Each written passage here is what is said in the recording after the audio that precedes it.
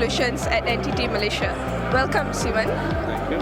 Post-pandemic, what developments can we expect to see in the networking and cloud space? Thank you for the question. And this is definitely a question that's really relevant today as we just went through the pandemic and we are now the market is starting to open up. And what we have seen is, like for example, a year ago, actually a lot of focus is towards the cloud transformation and also digital transformation. Now we're in a phase that I'm seeing that after the pandemic, I'm seeing more acceleration, okay, in terms of digital transformation and cloud transformation.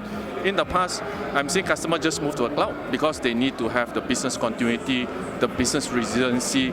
But today, they are into a phase that getting more value out of the cloud.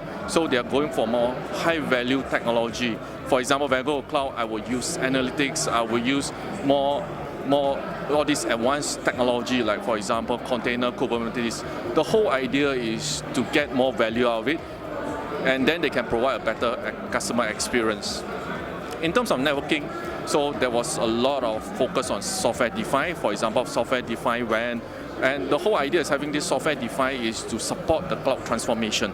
Okay, and we are seeing in Malaysia itself, we have a lot of customers embark on software-defined WAN kind of technology to support this transformation. But what we are seeing now is today, customers are actually moving up the value chain. They are focusing on not only on customer experience, but customer digital experience. This is where they start to look into, for example, I have a service in cloud, how can I provide the best services to them? Just imagine if I'm a client, a customer doing a transaction, let's say paying a credit card, then halfway hang. Okay, I need a way to respond faster, respond proactively. This is where they need technology, not only look into the cloud, but also look at the whole delivery mechanism.